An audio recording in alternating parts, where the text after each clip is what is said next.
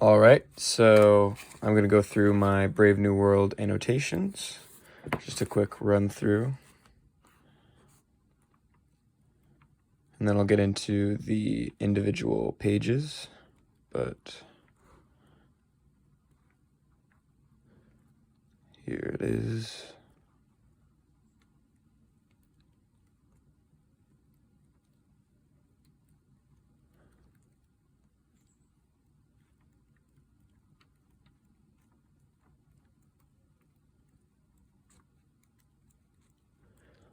And there's the end. So we're going to start on page 15. 15 is when the director is showing some of the students around a tour of the Central London Hatchery and Conditioning Center. And basically there's a lot of animal imagery prevalent on this page.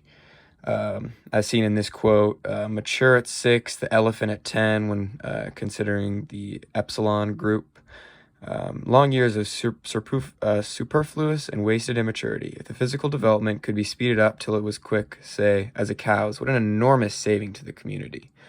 It's clear that people in the world state are stripped of their identity and clumped into groups to do work for the more powerful, especially the epsilons and lower classes. And down here, could the individual epsilon embryo be made to revert by a suitable technique to the normality of dogs and cows? That was the problem, and it was all but solved.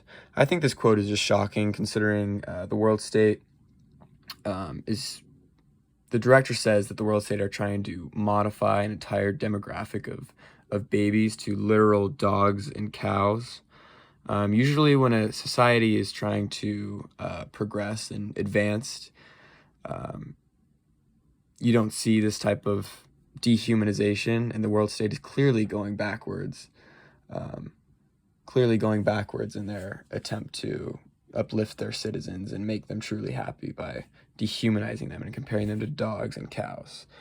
And moving on to page 47,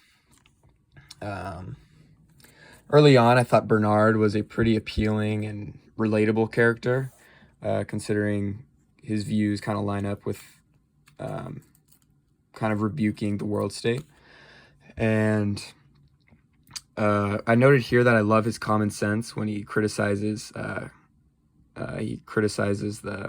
Hypnopedia, 100 repetitions, 3 nights a week for 4 years.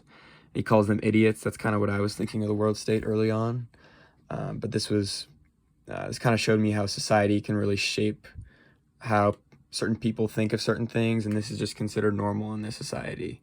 And Bernard is one of the only people who kind of rebuke it and look at it as how it is, which is ridiculous. Moving on to page 140, is an obvious stark contrast between the description of Lenina and Bernard. Lenina is kind of pictured as this lustful character who's a soma addict. She says she swallowed 6 half-gram tablets just so she can embark on lunar eternity. And meanwhile, Bernard lay pensive, and he's formulating this big plan.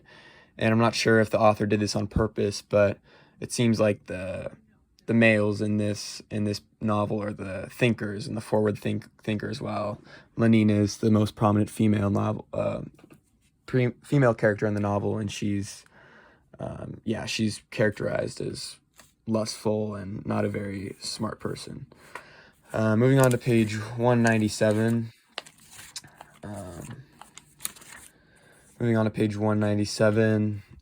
Is a bonus drawing I did of Lenina peering out her door, terrified. This was after John the Savage harassed her and she escaped to the bathroom.